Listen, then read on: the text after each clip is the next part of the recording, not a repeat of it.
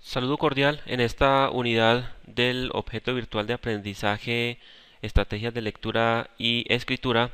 Estamos hablando acerca de los textos argumentativos y precisamente el propósito en esta presentación es hablarles acerca de la estructura del texto argumentativo, es decir, cuáles son las partes que componen un texto argumentativo. Vamos a hablar en términos generales acerca de esta tipología textual. El texto argumentativo es un tipo de texto que tiene como propósito defender o atacar una idea o un punto de vista con la meta, en este caso, de convencer y de persuadir al lector. Es decir, se diferencia del texto expositivo en el que se busca explicar esa idea. En este caso se busca defender o atacar una idea o atacar o defender un punto de vista para convencer y para persuadir a un lector. Las argumentaciones, por lo tanto, se caracterizan por la utilización rigurosa de argumentos, es decir, razonamientos, pruebas o demostraciones. En los ámbitos académico y profesional es muy necesario en este caso desarrollar habilidades para la composición de este tipo de textos, aunque no están excluidos los demás campos de acción de cualquier persona. Es decir, la argumentación se desarrolla tanto en el campo académico como en el campo cotidiano, en el campo profesional. Pero en el campo académico es de relevancia porque es la manera en la que yo puedo sustentar mis posturas individuales acerca de una idea, acerca de una situación, acerca de un fenómeno. De ahí la importancia entonces a que identifiquemos las características del texto argumentativo a partir de las partes que lo componen. ¿Cuál es la estructura del texto argumentativo? Un texto argumentativo que se acoja a esta estructura tiene muchas más posibilidades de lograr el objetivo de desarrollar argumentos y de convencer o persuadir. Debe haber una presentación o introducción, que es lo normal en cualquier tipología de texto. Siempre debe haber un momento de apertura, de presentación de la idea o de introducción en el contexto como tal del tema. Luego debe expresarse el planteamiento de la tesis, que luego vamos a desarrollar a qué hace alusión. Es plantear el punto de vista que se va a defender o se va a atacar. De allí se desprende el cuerpo argumentativo, que es esa cadena de razonamientos, esa cadena de argumentos que se ofrece en varios párrafos y que me permiten validar ese punto de vista o esa tesis. Y por último debe haber una conclusión, que en este caso puede ser una síntesis de lo dicho, de los argumentos centrales, o puede ser una invitación o una exhortación que hacemos al lector. Vamos a ver cada una de estas partes. La presentación o introducción.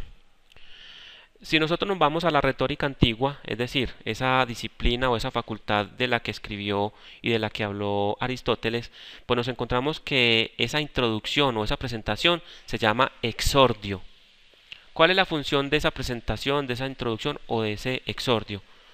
Señalizar que el discurso ha comenzado, atraer la atención del lector. Si yo no atraigo la atención del lector en esa parte del texto, podría decir que el lector se me dispersó y que no leyó el texto, por lo tanto no voy a lograrlo convencer por cuanto ni siquiera quiso leer el texto.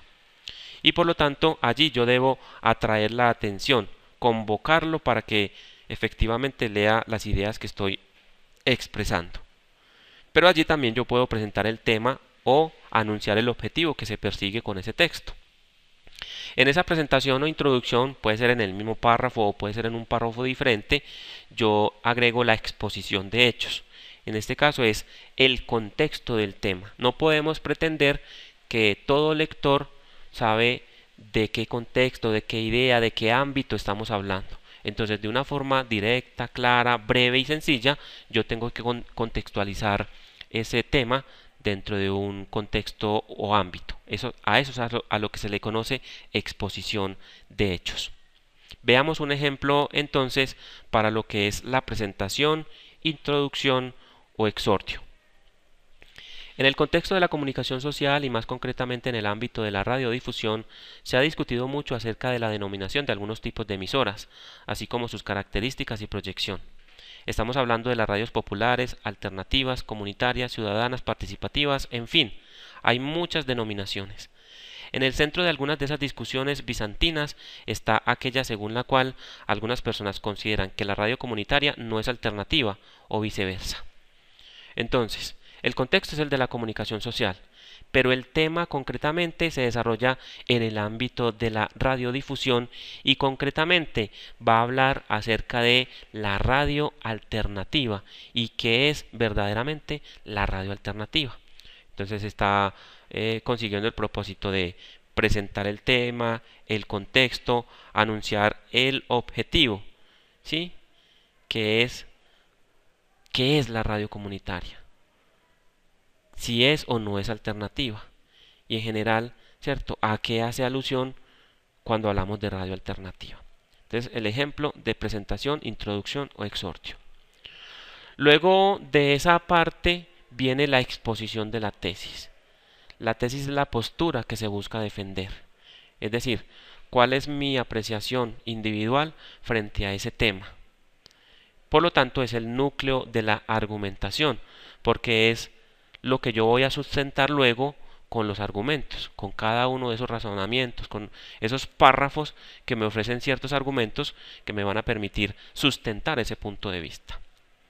Veamos entonces el ejemplo de tesis o punto de vista a partir de este texto con el cual iniciamos. Si bien la denominación puede ser relevante en algunas circunstancias, la mayoría de las veces esta discusión pasa a un segundo plano si mejor nos centramos en la proyección social de la radio y en tratar de entender que cuando lo que pesa verdaderamente es la finalidad, la denominación es lo de menos. Nuestras radios locales deben expresar y vivenciar una vocación popular, alternativa, comunitaria, ciudadana y participativa. Entonces acá estamos percibiendo el punto de vista frente a ese tema que anunciamos en el exordio. Es decir, que algunos dicen que la radio alternativa no es comunitaria o que la comunitaria no es alternativa. Él dice, ese no es el verdadero quid del asunto. Lo que deberíamos preguntarnos es en la proyección social de la radio. Y si la finalidad es lo que importa, entonces no importa cómo se llame, si popular, ciudadana, alternativa, sino el fin, el objetivo que se cumple. Vivenciar una vocación popular, alternativa, comunitaria, ciudadana y participativa. Entonces aquí tenemos un ejemplo de lo que es la postura, la tesis o punto de vista que se va a defender en el texto argumentativo. Vamos a hablar ahora acerca del cuerpo argumentativo. Es la tercera parte, pero se compone de varios párrafos. En esta parte se aducen las pruebas, los argumentos, los razonamientos que confirman ese punto de vista. Miren que la lógica es, este es el contexto. Frente a ese contexto, este es mi punto de vista. Frente a ese punto de vista, estos son mis argumentos que le dan validez a esa tesis o a esa postura. Es decir, en esta parte se ofrece una cadena de razonamientos que validen esa tesis. Que a partir de argumentos, entonces el lector diga, esta postura tiene validez, esta postura es coherente, esta postura es contundente. En esa parte del texto argumentativo yo también puedo aportar refutaciones a las tesis opuestas que existan. Es decir, yo me puedo adelantar a los pensamientos opuestos que puedan tener personas con respecto a mi tesis.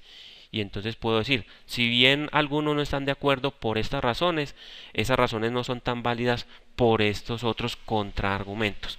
A eso estamos aludiendo cuando hablamos de refutar y también se integra como tal en esa cadena de razonamientos.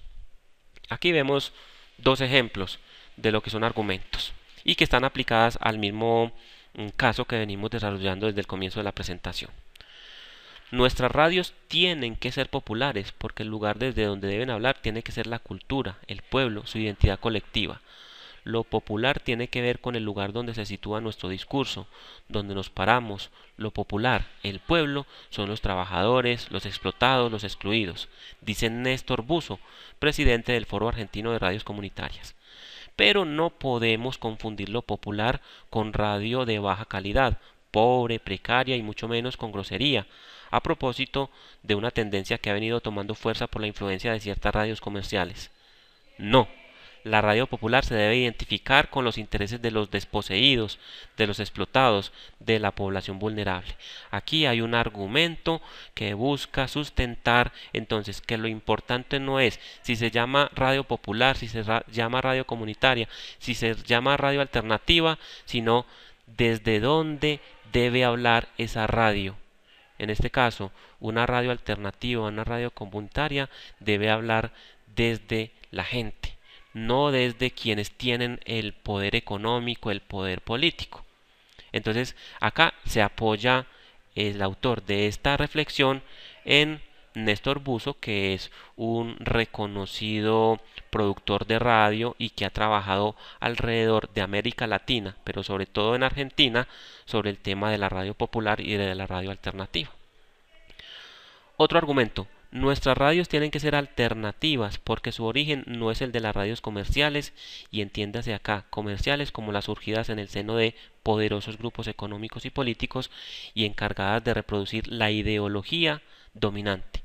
La radio alternativa significa otro origen, otra estética, otras formas de hacer radio.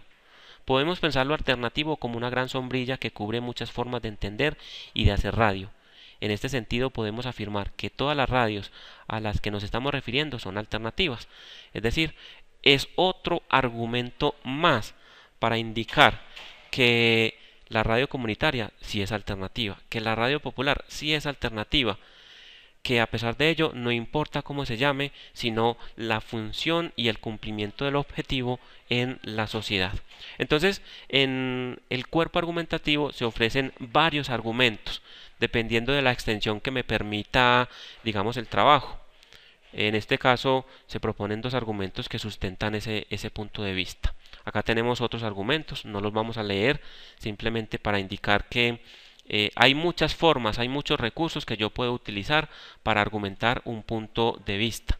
En este caso lo puedo hacer a través de citas de autoridad, lo que dice una autoridad en la materia, o lo puedo hacer a partir de analogías. Miren acá un ejemplo de analogía. La radio tiene que ser como una casa llena de espejos para vernos a nosotros mismos, pero también llena de ventanas para mostrarnos a los otros y ver lo que son y representan los otros. Aquí estamos hablando de una forma de argumentar, que es la analogía. Entonces, hay muchas formas de argumentar un punto de vista. Lo importante es que en ese cuerpo de razonamientos se logren aportar argumentos que logren sustentar ese punto de vista para convencer y para persuadir a ese lector que está leyendo mi texto. En el cuerpo argumentativo, o más bien en la conclusión, se le recuerda al interlocutor la tesis y se insiste en la posición argumentada o adoptada. En la conclusión, uno normalmente lo que hace es tratar de inclinar la voluntad del lector, pues para ello se suscitan afectos, se recurre a móviles éticos o pragmáticos, a las creencias de las personas. En la conclusión también se resume y sintetiza lo que fue desarrollado para facilitar el recuerdo de los puntos fuertes y lanzar la apelación a los afectos, en este caso, los afectos del lector. Entonces es tocar esa parte volitiva, la voluntad del lector, para lograr convencerlo y persuadirlo.